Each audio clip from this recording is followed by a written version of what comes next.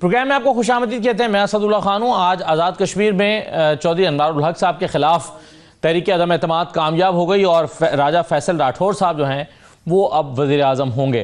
काफ़ी दिन से ये मामला चल रहा था, नंबर्स पूरे होने का पीपल्स पार्टी की तरफ से दावा किया जा रहा था। ये बहस भी हो रही थी कि 6 महीने के लिए हुकूमत क्यों ली जा रही है, आखिर अर्ली इलेक्शन में पीपल्स पार्टी क्यों नहीं चली जाती, और 6 महीने पहले PMLN को क्या सूझी कि वो अदम एतमाद का इजहार करे चौधरी अनवार साहब पे और अपोजिशन में बैठने का फैसला कर ले। तो इसको, इस रजीम को, इस सिस्टम को ऐसे भी तो चलाया जा सकता था। आखिर इसकी वजह आइंदा 6 माह के बाद होने वाले इलेक्शंस हैं या कुछ और है। बहरहाल आज कुछ इस्लाहात करने का राजा फैसल साहब ने ऐलान किया है तहरीक अदम एतमाद के कामयाब हो जाने के बाद। तो ये जो सवालात पिछले काफ़ी दिन से ज़ेर बहस थे, आज फिर हम उनको उठाएंगे और इसी पर बात करेंगे कि अर्ली इलेक्शन में जाने की बजाय पीपल्स पार्टी ने 6 महीने के लिए हुकूमत लेने का फैसला क्यों किया है और इससे फ़ायदा होगा या नुकसान होगा।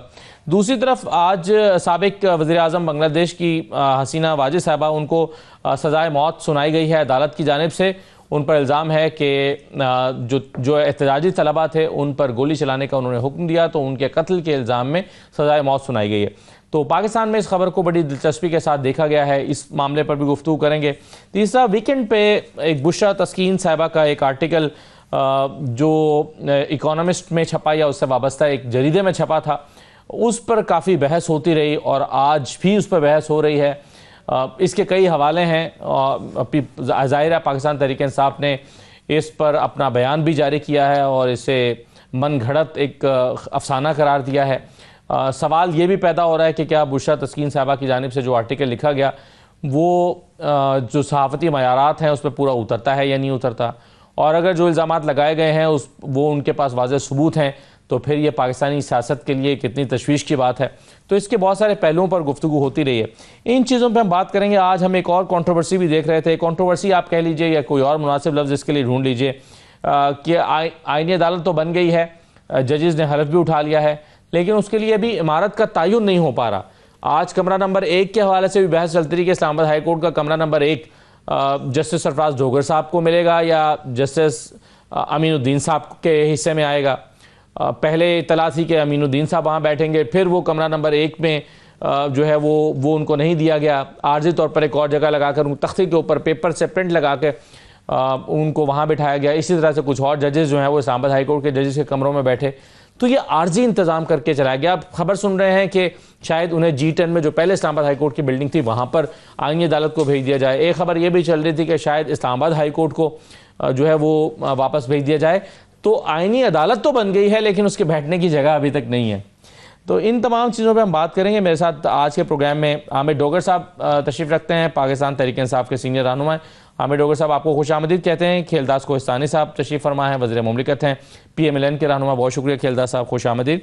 और शौकत प्राचा साहब हमारे साथ मौजूद हैं, सीनियर दर्जाकार हैं। शौकत प्राचा साहब आपको भी खुशामदीद कहते हैं। आज जो आज़ाद कश्मीर में तहरीक अदम एतमाद कामयाब हुई है वहीं से मैं आगाज़ करता हूँ। हामिद डोगर साहब, इसमें पीपल्स पार्टी, PMLN ये ज़्यादा ज़ेर बहस हैं कि इलेक्शन लड़ना है। PMLN की अपनी हिकमत अमली बना रही है, पीपल्स पार्टी अपने तौर पर समझ रही है कि अगर हम 6 महीने में कुछ ऐसा कर जाएं कि हमें आइंदा हुकूमत बनाने में या वोट हासिल करने में आसानी रहेगी। PMLN समझती है कि हम हुकूमत पे होते हुए तो वोट नहीं ले सकते थे, हम अपोजिशन में जाकर वोट ले सकते हैं।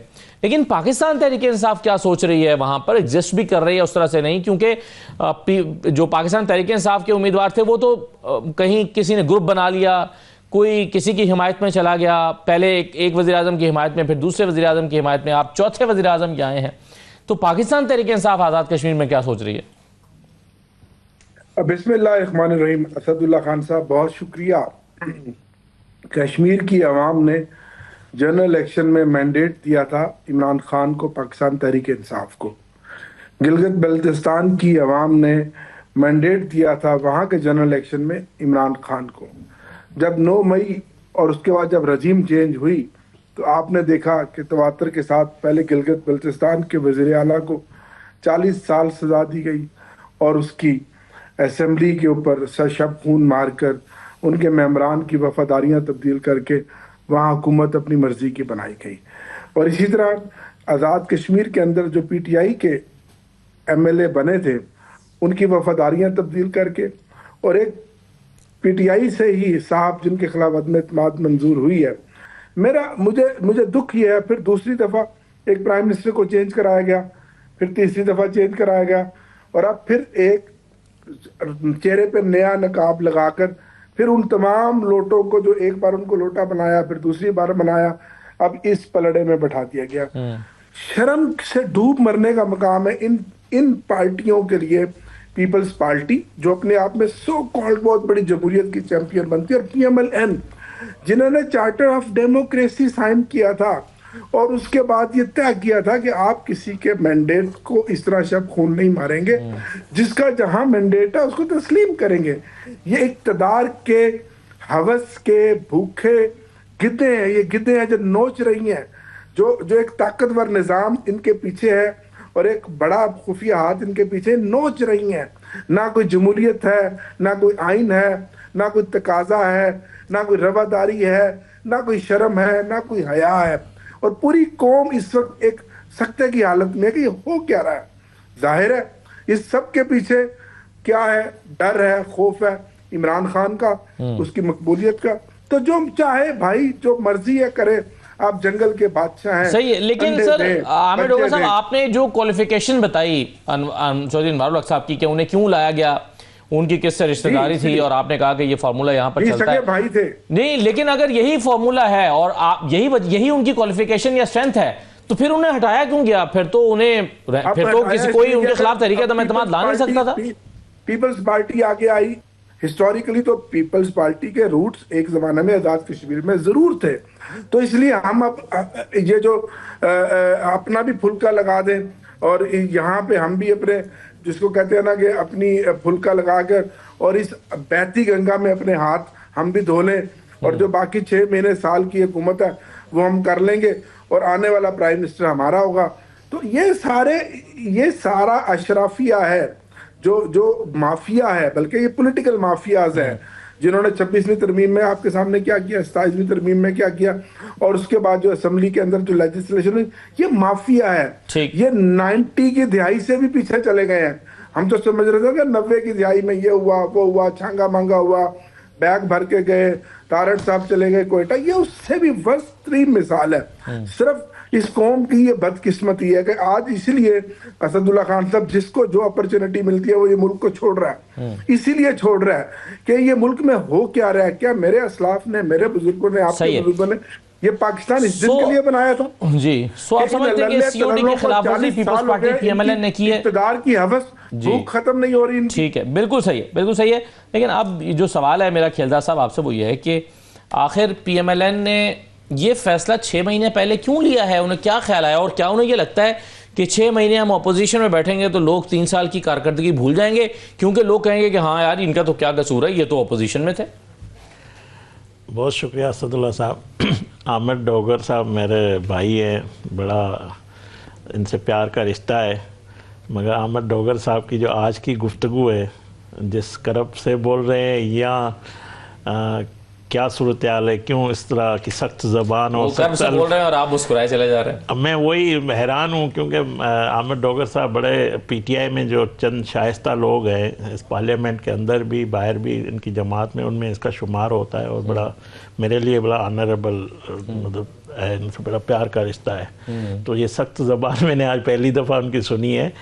तो बहरहाल उनका मौक़िफ़ है, ज़ाहिर पार्टी को रिप्रेजेंट कर रहे हैं, उनकी लीडरशिप का रवैया यही रहा है, तो शायद उस रास्ते पे चल रहे हैं। देखिए बात यह है कि आमिर डोगर साहब ने कहा कि इनको हया शर्म नहीं है, किस तरह छांगा मांगा की सियासत हो रही है, किस तरह लोगों को वफादारियाँ तब्दीली हो रही है।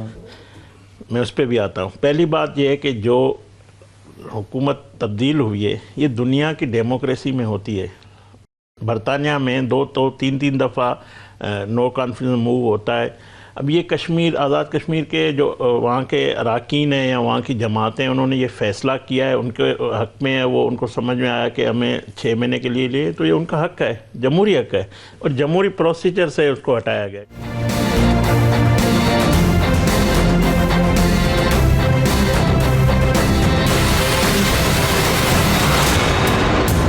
इनके 20-22 लोगों को कैसे कन्विंस किया कि वो अपने वज़ीर-ए-आज़म के खिलाफ चले जाएं, और फिर ये हमने तो कुछ नहीं किया है। किसने किया? हमने कुछ नहीं किया। किसने किया? हमसे पीपल्स पार्टी ने सपोर्ट मांगी थी। कि हम हुकूमत बनाना चाहते हैं, हमारे पास चल के आए थे।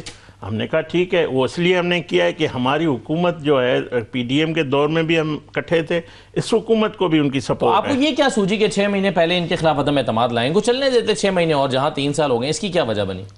इनकी परफॉर्मेंस अच्छी नहीं थी, ये क्या प्रॉब्लम? नहीं, पीपल्स पार्टी ने बेहतर समझा है कि वो पीपल्स पार्टी का फैसला है, उनकी जमात का फैसला है। ये पीपल्स पार्टी के दोस्त बता सकते हैं कि हम अगर इक़्तिदार में लेना चाहते थे, हम उसको अगर अच्छा समझते, हम उसका हिस्सा होते, हम कल अपोजिशन में होंगे। हम उस हुकूमत, हम इनके गिराने में इसलिए साथ हैं कि वो हमारे साथ खड़े हैं, वफाक में खड़े हैं, सूबों में, बलूचिस्तान में हमारे साथ इत्तेहाद। तो आपको चौधरी अनवार से कोई प्रॉब्लम नहीं था, आपने सिर्फ पीपल्स पार्टी का सबको का साथ देने मैं कहता हूँ मेरी बात ही नहीं है ये बात, जो वहाँ के अराकीन है, हमारी जमात है, वहाँ पे भी हमारा एक चैप्टर पार्टी का अलग है, उन लोगों ने फैसला किया है, लीडरशिप ने मिलकर उनके कहने पे। तो जो कल अराकीन है इधर भी कोई फैसला करते हैं तो उसको कोई रोक सकता है क्या? तो ऐसा कोई गैर आईनी काम नहीं हुआ है जिस पे आप हैरत हो रहे हैं, या पहली दफा हो रहा है हैरत। तो मैं आमिर डोगर सबको मैं कह रहा हूँ, ये बड़ी लम्हा फिक्र थी। 64 अराकीन हमारे कैसे अक्सरियत को अकलियत में तब्दील किया, वो आप लोगों ने किया। ये तो डोगर साहब बताएंगे, लेकिन प्राचा साहब ये कह रहे हैं कि गैर आईनी काम कुछ नहीं हुआ, यानी सब कुछ आइन के दायरे में लाकर किया गया है। चौथा वज़ीर आज़म है ये इस असेंबली का आज़ाद कश्मीर में। आपके ख्याल में क्या हुआ? चौधरी अनवार चल रहे थे तो उन्हें चलने दिया जाता, और 6 महीने पीपल्स पार्टी, पीएमएलएन, इन दोनों जमातों को क्यों ख्याल आया कि इनके खिलाफ तहरीक अदम एतमाद लानी चाहिए? बिस्मिल्लाहिर्रहमानिर्रहीम, बहुत शुक्रिया। फैसल राठौर आज वज़ीर आज़म बने हैं जी। इनके वालिद मोहतरम मुमताज़ राठौर साहब वो वज़ीर आज़म थे। यहाँ इस्लामाबाद में हुकूमत चेंज हुई तो उनको भी लाया गया यहाँ पर। कैसे लाया गया मैं अभी नहीं बयान करना चाह रहा, उनको हटा दिया गया। ट्रेडिशन जो है अच्छी है या बुरी है, वो ये रही है कि जो इस्लामाबाद में हुकूमत होगी वही आज़ाद कश्मीर में, या for that matter Gilgit Baltistan में जब से असम्बली बनी है, ठीक है। लेकिन पहले जो 2021 के इलेक्शन में आप देखें, बिलावल भुट्टो जरदारी साहब भी तकरीरें कर रहे थे, मरीम नवाज शरीफ साहब अभी तकरीरें कर रही थीं, पीटीआई की भी तकरीरें थीं। एक पिच्ड पॉलिटिकल बैटल थी, मुझे अच्छी तरह याद है क्या क्या नारे लग रहे थे। मैं उन नारों पे नहीं जाता, वक्त अब बदल चुका है। फिर सरदार तनवीर इलियास साहब आ गए, जैसे बुज़दार साहब पंजाब के चीफ मिनिस्टर बने थे, अचानक आके सरदार तनवीर इलियास साहब भी बन गए, गो के अदालत ने उनको हटाया, सुप्रीम कोर्ट के ऑर्डर से हटे थे। हाँ, पहले तो नियाज़ी साहब बने थे। नियाज़ी साहब को जिस तरह हटाया गया वो उसी ट्रेडिशन का हिस्सा था जो पहले से कायम थी। लेकिन अभी जो आप जोर दे रहे हैं ना, जॉइंट एक्शन कमेटी, आपने देखा खून बहा कश्मीर में, आज़ाद कश्मीर में, बहुत अगली सीन थे। मैं एज अ पाकिस्तानी मैं कभी भी नहीं चाहूँगा कि आज़ाद कश्मीर जैसे खित्ते में इतना वायलेंस हो कि सरेआम पुलिस वालों को शहीद कर दिया जाए, आम लोग जो हैं वो उसका शिकार हो जाएं। तो प्रोबेबली जो जॉइंट एक्शन कमेटी के साथ डायलाग हुआ, इधर से कमेटी गई थी, वज़रा भी थे और साबिक वज़ीर आज़म राजा परवेज़ अशरफ साहब और कमरुज़्ज़मान कायरा साहब गए थे। मेरे ख़्याल में वो जो उनके मुतालबात थे वो भी दो थे। एक तो जो आइनी सूरत हाल पे थे कि जी पंजाब में जो महाजरीन रहते हैं या कराची में भी रहते हैं उनकी सीटें ना हों, वो चूँकि आइन में तरमीम करनी थी तो वो तो फौरी तौर पे नहीं हो सकता था। लेकिन ये जो हो सकता था इस गवर्नमेंट के ख़िलाफ़ ही वो जॉइंट एक्शन कमेटी, तो इमीडिएट रीज़न तो वो बनती है। अब जो दूसरा सवाल है आपका कि जी पीपल्स पार्टी ने क्यों 8-9 महीने के लिए, अब पॉलिटिक्स में यही होता है कि कोई जगह वैक्यूम आपको मिल रहा होता है, और ये भी नहीं है कि सिर्फ 8 महीने। मसलन जब वहाँ पर केयर टेकर हुकूमत का तो अभी नहीं है, अगर वो बनाते हैं कोई ऐसा सिस्टम या कंटिन्यू करते हैं तो उसमें 7-8 महीने कोई भी सियासी जमात हो, और प्रिंसिपल तो यही है कि आप काम करें ताकि आप फिर हुकूमत में आएँ। सियासी जमातें और खैराती इदारे में फ़र्क होता है। सियासी जमात कोई भी, और मैं इसको नेगेटिव भी नहीं समझता कि सियासत करना, सियासी जमात बनाना, उसका मकसद ही यही है कि आप इक़्तिदार में आएँ ताकि आपका जो मंशूर है, जो आपके कॉन्स्टिट्यूएंट्स हैं, जो आपके लोकल फॉलोअर्स हैं, आप उनकी उमंगों पर पूरा उतरें। तो कोई भी सियासी जमात हो वो ऐसा ही सोचती है। ये कोई अगेन आल से कोई नेगेटिव नहीं है। हाँ, बाकी जो आज़ाद कश्मीर पे भी जो डिवीज़न है, आपने मोहतरम डोगर साहब की बात भी सुनी, मोहतरम वज़ीर साहब की बात भी सुनी।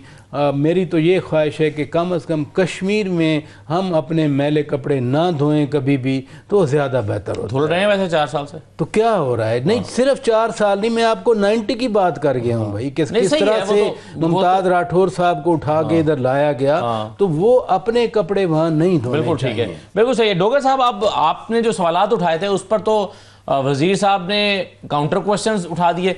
वो कहते हैं कि जी फिर सेनेट में क्या हुआ था? अगर आज आपको लगता है कि ज़मीर खरीदे गए हैं तो सेनेट के इंतखाब में क्या हुआ था, कैसे 15 लोगों के ज़मीर खरीदे गए थे? तो उन्होंने सवालात उल्टे आपकी तरफ उठा दिए। सर वजीर साहब मेरे भाई हैं, मेरे जो रवैये पे ये इनको तशवीश हो रही है, ये मेरा दुख है। जब आप एक पॉलिटिकल पार्टी के लिए ज़मीन तंग कर देंगे, जैसे अब राजा साहब कह रहे थे कि सियासी पार्टी का हक होता है, उसका अपना मंशूर होता है, उसका मैनिफेस्टो होता है, वो अवाम में जाती है। यही एक जमहूरियत की खूबसूरती है। यही जमहूरियत के वो कंटूवर्स होते हैं जो आप आगे लेकर चलते हैं। हमारे लिए तो ना सियासी पार्टी है, हमारी कौन सी सियासी पार्टी है? हम आज आज़ाद हैसियत से बैठे हैं, SIC से भी हम फारिग हो गए, हमें बल्ला ना दिया गया। इलेक्शन कमीशन ने कभी किसी टॉक शो में आपको ये जरूरत हुई है कि आप पूछ सकेंगे 1.5-2 साल हो गए हमारा इंट्रा पार्टी का, एक बार इलेक्शन कराया ना माना, दूसरी बार कराया ना माना, तीसरी बार हमारी अपील ज़ेरे समाअत है, 6-6 महीने की हमें पेशियां पड़ती हैं, हम तो हवा में है। वो पार्टी जो पाकिस्तान की मकबूल तरीन पार्टी है, उसकी ये हालत है। तो इस टाइम तो मैदान में वही लोग हैं जो पिछले 40 साल से एक दूसरे का पहले खून चूस रहे थे।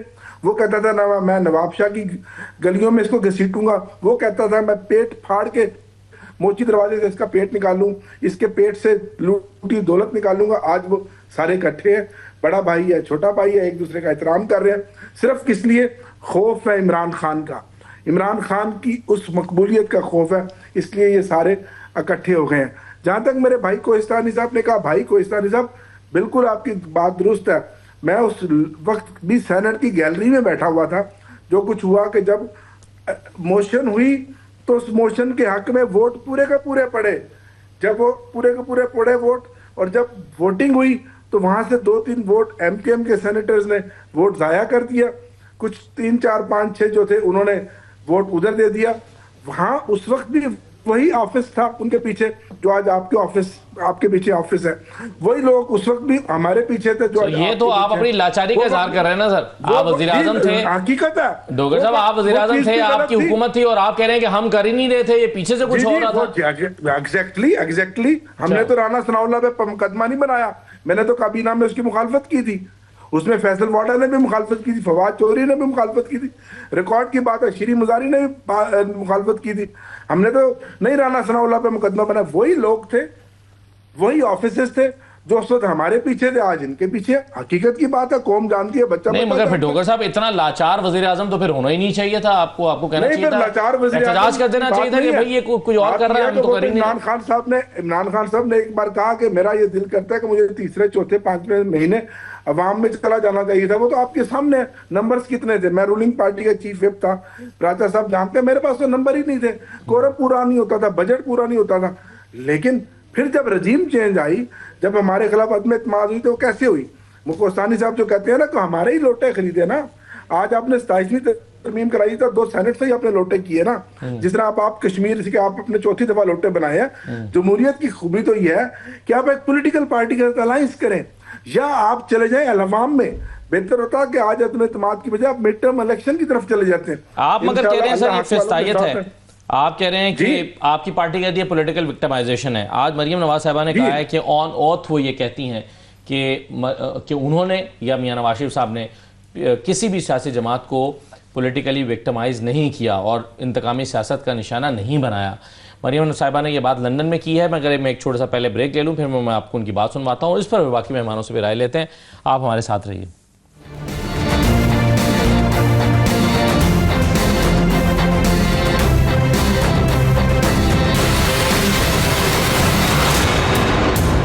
ब्रेक के बाद आपको दोबारा खुशामदीद कहते हैं। सबसे पहले तो मैं आपको मरियम नवाज साहिबा का वो बयान सुनवाता हूँ जो उन्होंने लंदन में गुफ्तगू करते हुए दिया। उन्होंने कहा कि वो ऑन ओथ कहती हैं कि उन्होंने किसी को सियासी इंतकाम का निशाना नहीं बनाया। अच्छा, ये इंतकाम PTI से लिया है कुदरत ने, तो कुदरत ने कैसे लिया? मतलब उसके कुदरत भी ज़ाहिर है यहाँ का सिस्टम को इस्तेमाल करती होगी, हुकूमत को इस्तेमाल करती होगी, सियासतदानों को इस्तेमाल करती होगी, अगर कुदरत ने इंतकाम लिया तो ये कैसे, मतलब इस बयान को कैसे आप समझाएंगे हमें? देखिए, ये बात नवाज़ शरीफ साहब जब सदर बने थे पार्टी के दोबारा 2023 में 28 मई को, उसकी तकरीर भी अगर आप चला दें, उन्होंने ये बात की थी। बल्कि मैं आज आपको ये भी बता दूं, उससे तकरीब से पहले हमारी एक नशस्त हुई थी 180 मॉडल टाउन में जी। वहाँ पे भी हमारे कायदे मोहतरम मियाँ साहब ने कहा था कि मेरा कोई उनसे मेरा सियासी मुखालफ है, मगर मैं जो कुछ उसने किया है उसको रियलाइज़ करें। हमारी ख्वाहिश नहीं है कि इमरान खान जेल में हो। अगर ये आज सारे जेल में है, या जो भी मेरे भाई आमिर डोगर साहब कह रहे हैं कि वो हमें बड़ा दुख है, तकलीफ से बोल रहा हूँ, या वो समझते हैं कि हमें अताब में हम हैं, तो उसके ज़िम्मेवार भी ये खुद है, इमरान खान साहब खुद है। इस जमात को, अपने आप को, सबको यहाँ तक पहुँचाने में उसका ज़िम्मेवार खुद है, हम नहीं है। हमारी ख्वाहिश भी नहीं, हम चाहते हैं कि हमारा सियासी मुखालफ हो। मगर मुझे आमिर डोगर साहब बताए कि आप अगर एक सियासी जमात हैं तो आप सियासी जमातों से आपको बैठना पड़ेगा। आप हमें, आपका लीडर और आप हमेशा हमें कहते हैं कि या तो आप कहेंगे इनको दीवारों में बाकी जमातों के सरबराहों को सबको चुनवा दो, ये सब चोर है, ये करप्ट है। मुझे बताएं कि मेरे कायद नवाज़ शरीफ साहब, वज़ीर आज़म शहबाज शरीफ साहब, मरियम नवाज़ साहिबा, हमज़ा साहब, एहसन इकबाल, जो भी हमारी सीनियर बाकी लीडरशिप है, कभी किसी ने ये कहा कि जेल में इसको इस तरह सज़ा देंगे? बाहर जाके कहा हो, पाकिस्तान में किसी तकरीब में, जलसे में, किसी नशस्त में, किसी टॉक शो में हमारी लीडरशिप ने कभी ये कहा? हम आज भी इमरान साहब को बोलते हैं, आप वो सियासी तहजीब रखो। मगर आपकी जमात में देखिए ना, आप पाकिस्तान तहरीक इंसाफ को सियासी जमातें तस्लीम नहीं करती। वो तो आप वाज़े तौर पर पंजाब में तो ये कहा जाता है कि इनके होते हुए अगर सियासी जमात तस्लीम नहीं करती तो हमारे पार्टी के सरबरा उस वक्त 2000 धरने से पहले वज़ीर आज़म नवाज़ शरीफ साहब बनी गाला चल के नहीं जाते। वो खुद बनी गाला गए थे, इमरान खान को कहा था कि आप आलाकार ना बने। अगर सियासतदान नहीं थे तो जब वो स्टेज से गिर गए थे तो उन्होंने अपनी कैंपेन बंद कर दी। हमारे लीडरशिप की रवादारी आप देखें। आज की बात कर रहा हूँ मैं, आज भी मैं कह रहा हूँ, अगर आज ये बंद गली में खड़े हैं और ये कहते हैं कि ये खिलौने, ये कठपुतली है, हम नहीं है, आप आज भी तैयार हो? आपका कप्तान लेटा हुआ है कठपुतली बनने के लिए। आज भी वो क्या मांग रहा है? ना आप आइन से आपके हमदर्दी है, ना आपको कानून से, ना इंसाफ से, ना आपके अवाम से, ना मुल्क से। आप तो आज भी वही फरमाइश कर रहे हो जो आपने जनरल फेस के थ्रू की थी, RTS के थ्रू आप आए थे। आज भी आप वही डिमांड कर रहे हो, हमसे बात करो। जो इदारा कहता है कि हमें आपसे बात नहीं करें, आप सियासतदान जाके बैठे हैं। मुझे आमिर डोगर साहब आए ना, बैठे ना हमारे साथ। वज़ीर आज़म शहबाज शरीफ साहब ने फ्लोर पे कहा है, अभी भी कहा है, हम बैठने के। स्पीकर अयाज सादिक साहब ने इनको कहा है। देखे ना, और इनकी जमात से शाह मोहम्मद कुरैशी इस वक्त जेल में है। सर मैं एक छोटी सी मिसाल देता हूं। जो 2.5 साल से इमरान खान साहब के साथ जेल में, वो भी चाहते हैं कि बातचीत की जाए। सियासतदानों से बात करेंगे। इस्टेब्लिशमेंट आपको बरमला कह रही है कि आप जाके सियासतदान आपस में बात करें। तो हमारी भी तलखियां थी ना पीपल्स पार्टी PMLN की, तो हमने वो एक तरफ रखी, हमने चार्टर और वो तलखियां सिर्फ 3 महीने के लिए नजर आती हैं जब इलेक्शन हो रहे होते हैं। इलेक्शन के बाद फिर तलखियां खत्म हो जाती हैं। देखो ना, इलेक्शन से पहले भी सियासी बयान हर कोई अपना बनाता है, बातचीत से एक दूसरे पे सियासी तनकीद होती है, वो करनी चाहिए। मेरा खिलदा साहब आपसे सवाल ये ना, आपने कहा कि सियासतदानों को सियासतदानों से बात करनी चाहिए। सुहेल आफरीदी साहब ने वज़ीर आज़म से बात की और कहा कि मेरी मुलाकात करने दें, तो सियासतदान ने सियासतदान से फरमाइश की ना, या दरख्वास्त की, उनकी दरख्वास्त रद्द नहीं हुई। तो अगर तो शहबाज शरीफ साहब ने उनकी या तो बात को रद्द कर दिया, या उन्होंने, जैसे PTI इल्ज़ाम लगाते हैं कि उनके पास इख्तियार नहीं है, तो फिर बातचीत करके PTI क्या करेगी वज़ीर आज़म के साथ? वो कहते हैं इनके पास इख्तियार ही नहीं है, जो एक मुलाकात नहीं करा सकते वो क्या करें? मैं कहता हूँ मुलाकातें भी हो जाएगी, सब कुछ हो जाएगा। सियासी रास्ते पे आए, ये फैसला करे कि हमें सियासी रास्ते पे चलना है या हमें इंतशार, हमें इदारों को टारगेट करना है, पाकिस्तान के ख़िलाफ़ सोशल मीडिया X पे हमें उनको इस्तेमाल करके पाकिस्तान के ख़िलाफ़ ये करना है। देखें, हुकूमत जो है, हम हैं। अगर आप हमारे फील्ड मार्शल के ख़िलाफ़ सरेआम X पे आपके बानी जो है ट्वीट करते हैं, वो हमारा फील्ड मार्शल है, वो हमारी रेड लाइन है। उसका नाम आसिम मुनीर ज़रूर है, वो पाकिस्तान की फ़ौज का सिपह सालार है, वो हमारे दिफा का ज़ामिन है, वो हमारे इस्तेकाम का ज़ामिन है, उसने पाकिस्तान को इज़्ज़त दिलाई है। अगर आप उससे मैं एक पाकिस्तानी की, मैं काबीना का रुकन नहीं, मैं पाकिस्तानी की हैसियत में ये कहता हूँ, अगर मेरे फील्ड मार्शल के खिलाफ आप बात करोगे तो मैं आपसे बात नहीं करूँगा, क्योंकि उन्होंने पाकिस्तान का वकार बुलंद किया है, उसको आप निशाना बना, आप उसकी ज़ात को निशाना नहीं बना रहे, आप अपनी शहीदों को निशाना बना रहे, गाजियों को, जो आज भी दहशतगर्दी का मुकाबला कर जाने दे रहे हैं, जाने दे, तो मैं मुझे बताओ इस सूरत हाल में बातचीत हुकूमत नहीं कर सकती।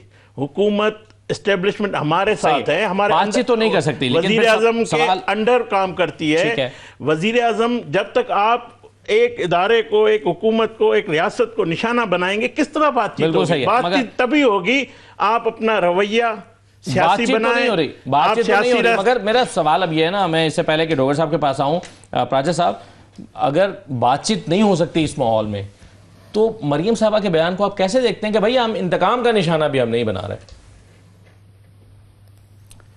आपका क्या ख्याल है, वो कहें कि हम इंतकाम का निशाना बना रहे हैं? नहीं, कम से कम वो ये तो ना कहती कि ऑन ओथ मैं ये कह रही हूँ। देखिए ना, जब आप, वो तो कन्विक्शन से बात कर रही है। नहीं, कन्विक्शन से बात तो कर रही है, कन्विक्शन से, और एज अ चीफ मिनिस्टर उन्हें बात करनी है, ये तो अवॉइड तो नहीं किया जा सकता। लेकिन अगर मैं एक्सपेक्ट करूं कि वो कहें कि जी मैं इंतकाम का निशाना बना रही हूँ, देखिए ना, मरियम नवाज शरीफ की हद तक ये जितने केसेस बने हुए हैं ये उनसे पहले के बने हैं, चीफ मिनिस्टर बनने से पहले जितने भी केसेस हैं, यानी जो 8 फरवरी इलेक्शन से पहले 3 सजाएं हुई। सही है, मगर हुकूमत तो मियां साहब की हुकूमत है जी, उन्होंने तो ये भी कहा ना कि मियां साहब भी नहीं बना रहे। सुने, जो 3 सजाएं हुई, इवन मोहतरम की अल्दाज साहब, इनको भी पता है वो वीक जजमेंट्स थी और उन्होंने उड़ जाना था, यानी एक्यूज का बयान ही नहीं हुआ और सज़ा दे दी गई। और हम उस वक्त भी कह रहे थे कि हेस्ट में जो कुछ किया जा रहा है इसका काउंटर प्रोडक्टिव होगा। वो सज़ाएं फिर उड़ गईं, आपने भी देखा, पूरे मुल्क ने देखा, पूरी दुनिया ने देखा, पहली दूसरी पेशी पे उड़ती रही सज़ाएं। इसलिए, और इसी वजह से वो जो केस रह गया उसकी पहली दूसरी पेशी नहीं हो रही 10 महीने से, क्या अल कादिर वाला, कि अगर पहली दूसरी पेशी लग गई तो पहली दूसरी पेशी हुआ ना। जो 3 सज़ाएं थी, अब मैं वो गलत केसेस थे, मैं तो उनका नाम ही नहीं लेना। तोशा खाना था, इद्दत केस था, वही जो केस है ना, मैं तो उसका नाम ही नहीं लेना चाह रहा। सीधी सी बात है कि उन केसेस में जो प्रोसिक्यूशन जिस तरह से आगे बढ़ा, वो लग रहा था कि जी वो उड़ जाएंगे, ठीक है। उसमें कम अज़ कम Maryam Nawaz Sharif on the face of it, जिसे कहते हैं ना प्राइमा फिसाई, वो कह सकती हैं कि मैं तो इक़्तिदार में नहीं थी, वो केयर टेकर गवर्नमेंट थी, केयर टेकर गवर्नमेंट अनवारुल्लाह काकड़ साहब प्राइम मिनिस्टर थे, इसलिए वो यहाँ तक तो कह सकती हैं। माजी में अलबत्ता जो विक्टिमाइजेशन होती रही, मसलन इन्होंने भी जिक्र किया, डोगर साहब खुद भी सीनियर सियासतदान है, सीजनड सियासतदान है, सीनियर पार्लियामेंटेरियन है, वो भी जानते हैं कि पीपल्स पार्टी के साथ क्या होता रहा पंजाब में। जब वहाँ, क्योंकि पीपल्स पार्टी की हुकूमत तो नहीं बनी पंजाब में, यानी 85 के बाद पंजाब में वो एक बार इत्तेहाद बना था भट्टू साहब का, भट्टू साहब उल्टा पीपल्स पार्टी वालों को सबको शिकायत होती थी। डोगर साहब भी बखूबी जो मैं कह रहा हूँ वो मुझसे ज़्यादा बेहतर जानते हैं। हमने तो सुना पड़ा, उन्होंने बर्दाश्त किया, उन्होंने भुगता झीला उन अदवार में, इसलिए वो जो, लेकिन उसमें कवर हो गया कि जी हमने चार्टर ऑफ डेमोक्रेसी किया है, जैसे कोहिस्तानी साहब फरमा रहे हैं, और हमने सबक सीखा है। लेकिन बात यह है कि अल्टीमेटली डायलॉग ही होना है, यानी गवर्नमेंट है इनकी, ये भी कुछ आगे बढ़ें, पीटीआई भी थोड़ा सा आगे बढ़े। जिन हालात में कोशिश फवाद चौधरी साहब कर रहे थे, लेकिन ऐसा लग रहा है कि वो भी नहीं, देखें कोई भी कोशिश करे, मैं कहता हूँ अमन के लिए, इस्तेहकाम के लिए आप कोशिश करें, ये कोशिश करें, मोहतरम डोगर साहब कोशिश करें, कोशिश होनी चाहिए। ऐसे हो नहीं सकता ना, आपको मालूम है इस मुल्क का क्या माहौल है, यानी एक नारा लगता है और वो नारा किधर लेके चला जाता है, इसलिए मुज़ाकरात होने चाहिए।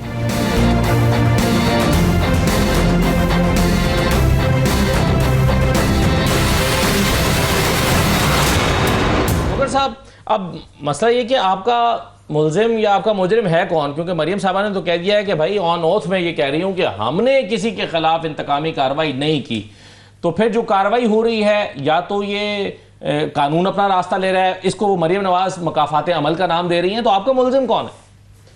असदुल्ला भाई, पहली बात मैं करना चाह रहा हूं कि जो सियासी डायलॉग की बात की मेरे भाई खेलदास साहब ने जी, मैं एक पॉलिटिकल वर्कर हूं। मैंने काउंसलर से अपनी सियासत का आगाज किया है। मैं स्टेप बाय स्टेप तमाम दर्जे असम्बलियों के करते हुए मैं कौमी असम्बली तक तीसरी दफा पहुंचा हूं। मैं काउंसलर भी रहा हूं, मैं जिला नाज़िम भी रहा हूं, मैं एमपीए भी रहा हूं और अल्हम्दुलिल्लाह तीसरी दफा मैं कौमी असम्बली का आज मेंबर हूं। मैं कोई स्काई लैब से नहीं आया असम्बली में, मैं सियासी वर्कर हूं। मैं पॉलिटिकल पार्टीज के साथ बैठकर सियासी डायलॉग का अपनी पार्टी में जबरदस्त हामी हूं। मैं चाहता हूं कि पॉलिटिकल डायलॉग हो, लेकिन उसके लिए हुकूमत एक माहौल बनाती है। कहने में और प्रैक्टिकल करने में बड़ा फर्क है। मैं आपको दो मिसालें देता हूं।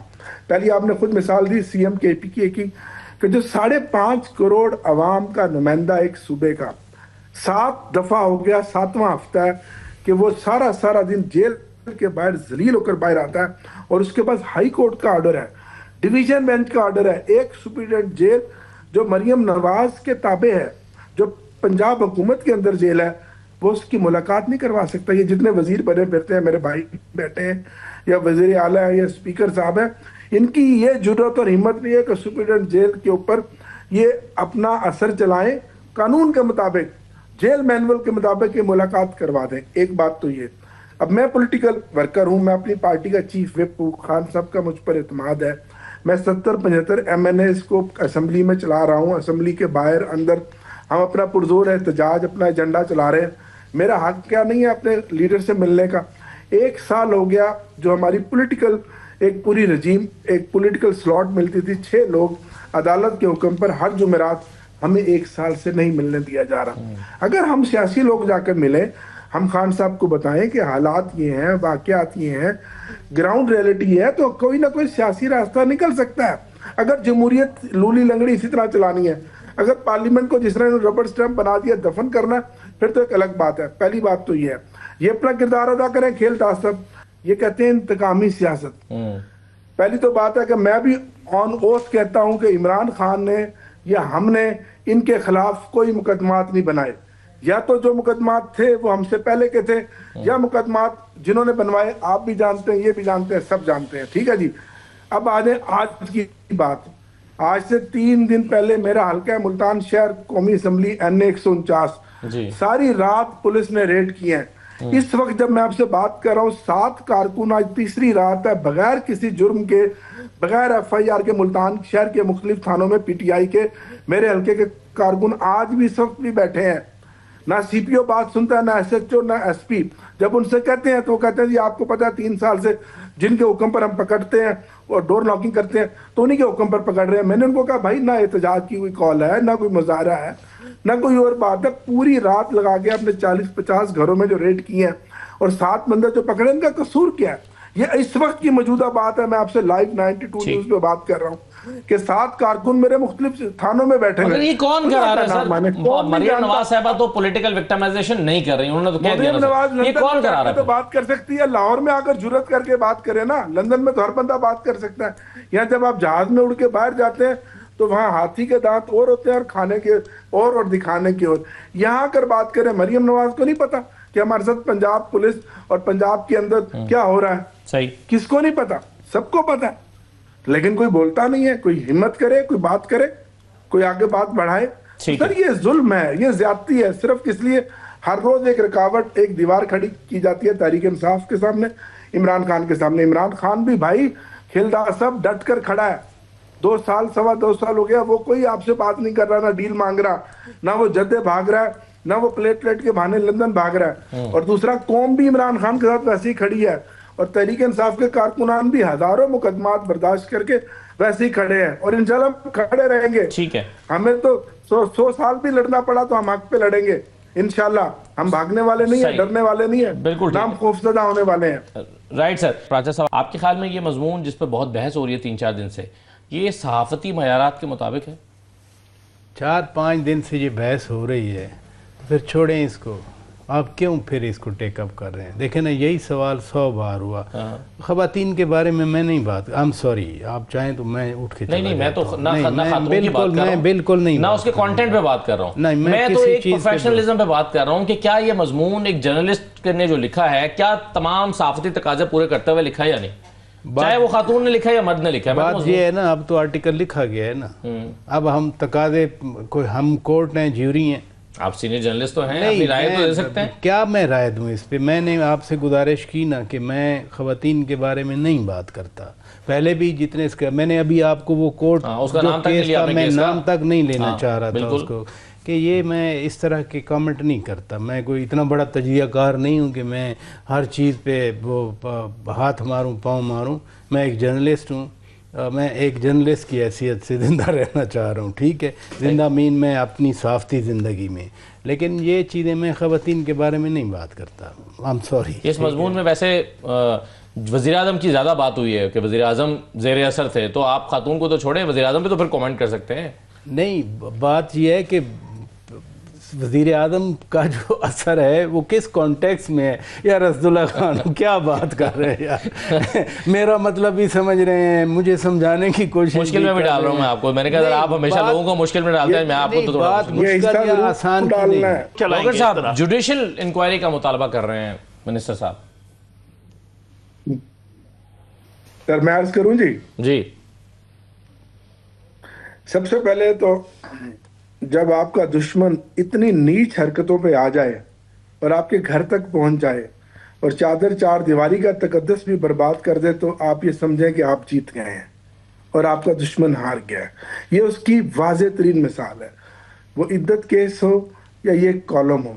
मैं सलाम पेश करता हूँ शौकत पराचा साहब को, जो 30 साल से 40 साल से पेशा वाराना सहाफ़त कर रहे हैं। उन्होंने एक किरदार अदा किया है। यही कौम देखना चाह रही है कि ऐसे कुछ लोग हैं जो अभी भी शम्माए रोशन हक की कर रहे हैं, जिनके ज़मीर जिंदा है। करना है, लोग पागल नहीं है, कौम पागल नहीं है। कौम को पता है कि आपने सुप्रीम कोर्ट को ख़त्म कर दिया है। किस लिए ख़त्म किया है? कि वहाँ कोई ज़मीर वाला जज ना बैठ सके। मैं तो मुतालबा करूँगा आपके प्रोग्राम से कि अगर कुछ लोग जज हैं जिनके ज़मीर जिंदा है तो वो भी इस्तीफे दे दें। अदलिया को इन्होंने तहस नहस कर दिया है। भाई साहब कुछ भी कर लें, इमरान खान की मकबूलियत तो कम नहीं होगी। जितने मर्जी भोंडे घटिया इल्जामात लगा लें, औरतों तक पहुंच जाए, इमरान खान तो आज वहीं खड़ा है। जितने मर्जी कार्ड इस्तेमाल कर लें, वो यही तो यहूदी कार्ड हो, कोई बुशरा बीबी का कार्ड हो, उसमें कोई जहांगीर तरीन हो, कोई परवेज खटक हो, कोई आयशा गुलालाई हो, कोई फलाना हो फलाना हो। अल्लाह ने इमरान खान को इज्जत दी है, क्योंकि इज्जत अल्लाह के हाथ में है। बुशरा बीबी एक बापर्दा, एक दीनदार खातून है। मैं सलाम पेश करता हूँ। वो जुर्रत का और वफा का एक निशान है, जो ना हक जेल काट रही हैं अपने खामद के साथ। ना उनके पास कोई सियासी होता था, ना कोई सरकारी होता था। इस पर कोई बात नहीं करता कि उसको 2 मुकदमात में पहले सजा दी, तीसरे में वो आज फिर जेल काट रही है। 1.5-2 साल से ना हक जेल काट रही है। क्या बुशरा बीबी और वो कानून के मुताबिक डिजर्व करती हैं कि उनकी जमानत होनी चाहिए? क्या डिजर्व करती है? 1 साल हो गया हम हाई कोर्ट के बाहर बैठते हैं, कोई जज हमारा केस सुनने के लिए तैयार नहीं है। कौन सा कानून है इस मुल्क में? यहाँ तो अंधा है कानून, यहाँ तो जंगल का कानून है। क्या बुशरा बीबी किसी की माँ बहन बेटी नहीं है? शर्म आना चाहिए इनको ये बात करते हुए कि 1.5 साल से वो जेल में है। बहुत शुक्रिया आमिर डोगर साहब, खेलदास कोहिस्तानी साहब, शौकत पराचा साहब, बहुत शुक्रिया प्रोग्राम में शिरकत करने के लिए। इजाज़त दीजिए, अल्लाह हाफिज़।